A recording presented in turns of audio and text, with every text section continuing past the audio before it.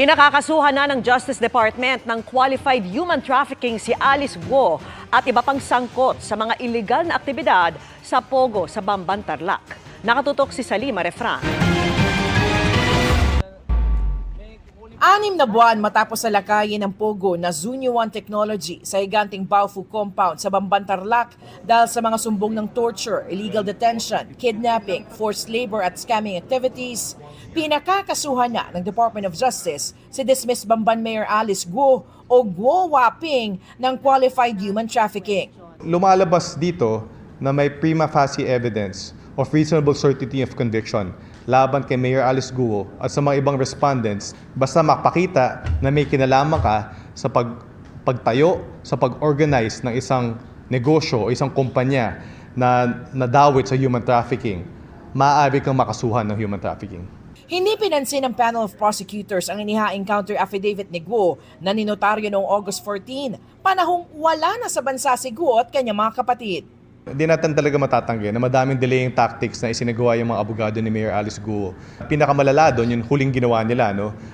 Yung submitted for resolution na yung kaso, naghain sila ng motion to reopen case with motion to admit counter affidavit na alam natin lahat ngayon, peking counter affidavit to.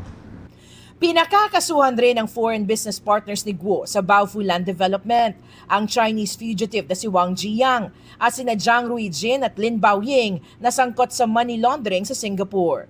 These are people who are notorious for scamming and money laundering. Now again, the crimes that are alleged to have been committed by Alice Guo et al. Would not have happened if these people did not enable her through their finances. Mahaharap rin sa kaso si dating Technology and Livelihood Resource Center official Dennis Cunanan at ilan pang respondents mula sa Baofu Land, Hongsheng Gaming at Zunyo One Technology. Isasampa mga kaso sa Tarlac RTC sa Kapas sa susunod na linggo. Hiningi na ng Department of Justice sa Korte Suprema na ilipat ang mga kaso sa Metro Manila. Sinusubukan naming kunan ng pahayag ang kampo ng mga pinakakasuhan pero wala pang tugon sa ngayon.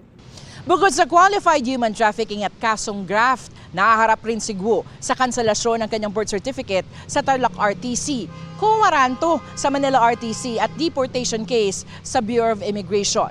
May mga nakasalang ring mga reklamo ng money laundering at tax evasion dito sa Department of Justice.